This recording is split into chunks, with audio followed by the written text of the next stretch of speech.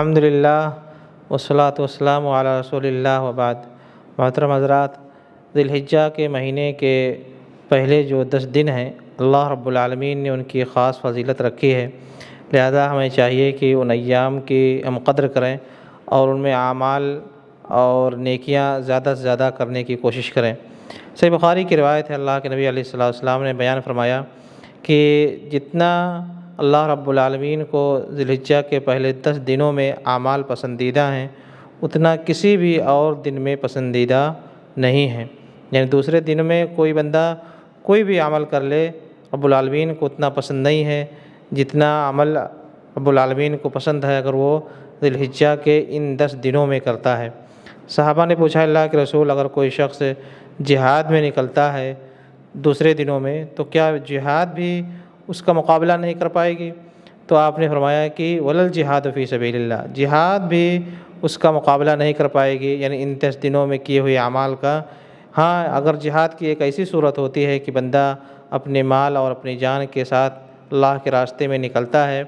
اور پھر وہ شہید ہو جاتا ہے، اپنی جان بھی قربان کر دیتا ہے، اپنا مال بھی قربان کر دیتا ہے اللہ کے راستے میں، تو وہ شخص مقابلہ اس کا کر سکتا ہے جس نے کس کا مقابلہ، یعنی جس نے ان 10 ذی الحجہ کے 10 دنوں میں جس نے نیک اعمال کیے ہوں گے، ان نیک اعمال کا مقابلہ وہ شخص کر سکتا ہے۔ پتہ کیا چلا کہ ان 10 دنوں کی نہایت ہی فضیلت ہے، خاص مقام ہے رب العالمین کے نزدیک ان میں اعمال کا،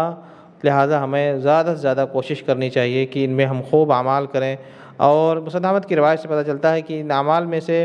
جس کا ہمیں خوب زیادہ اہتمام کرنا ہے وہ ہے فَأَكْثِرُوا فِيهِنَّ التَّهْلِيلَ وَالتَّكْبِيرَ وَالتَّحْمِيدَ، کہ ان دنوں میں تم بہت زیادہ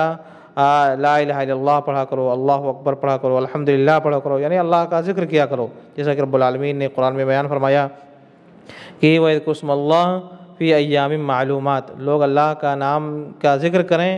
کب؟ معلوم دنوں میں۔ اور معلوم دن یہ کون سے ہیں؟ یعنی یہی ذی الحجہ کے یہ 10 دن ہیں، ان 10 دنوں میں اللہ کا ذکر کرنے کا ہمیں خاص حکم دیا گیا ہے، لہذا میرے بھائیو اللہ کا خوب ذکر کریں اور دوسری نیکیاں کریں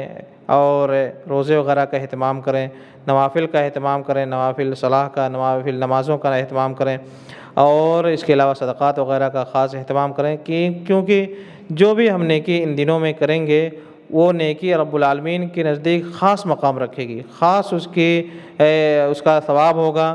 اور ان نیکیوں کا مقابلہ دوسرے ایام میں دوسرے دنوں میں کی ہوئی کوئی بھی نیکی ہو مقابلہ نہیں کر سکتی ہے، یہاں تک کہ جہاد بھی مقابلہ نہیں کر سکتی ہے، جہاد